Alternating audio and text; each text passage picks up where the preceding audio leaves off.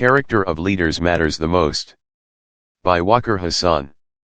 Perhaps the world has achieved unfathomable success in science, economy, and technology, thanks to the great minds of the past.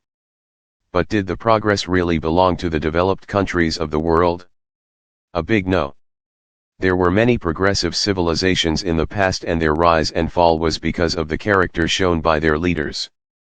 The winds of the rise and fall of nations shift only when rulers show strength and weakness of character in taking crucial decisions that determine the future of their nations in the world.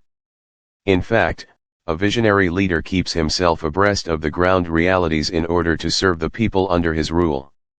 Such a vision is developed only if a leader sacrifices everything for making their people proud, which is, in fact, a characteristic of true statesmanship.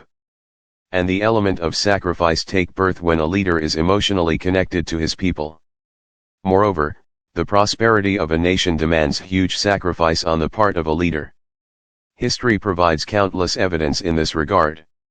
The example of Nelson Mandela, who served 27 years in imprisonment only to win rights for the black people, is one such case.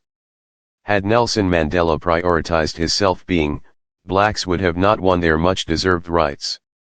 It was the character of Nelson Mandela that gave him the strength to refuse to make any compromise on the rights of his people.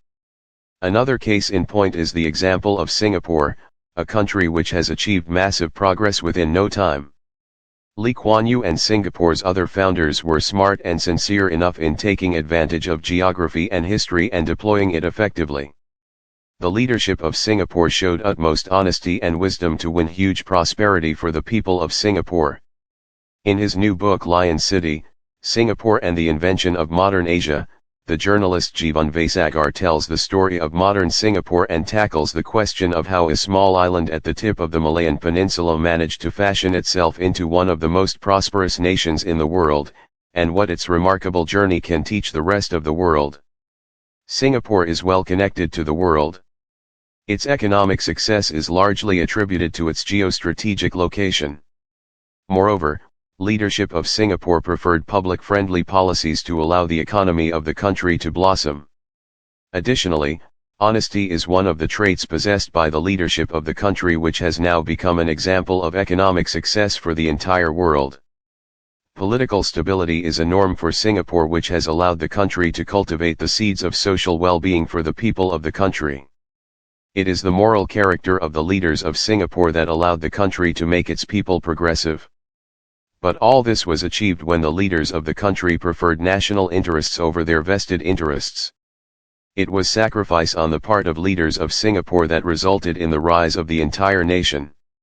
On the other hand, the recent downfall of Sri Lanka into the deep abyss of economic collapse clearly proves the point that if leaders put national interests on the back burner, the people of a country face unforeseen consequences. The inept leadership of the country landed it into the whirlpool of economic mismanagement, leading to the worst economic meltdown in the history of the country. The dynastic politics in Sri Lanka reflects the weak character of the leadership in the country, bringing the entire nation on the verge of destruction.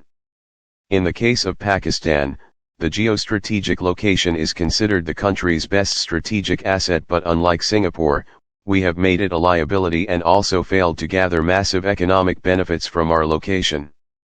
In addition to this, the political gurus always preferred making extractive policies, putting more burden on the people of the country.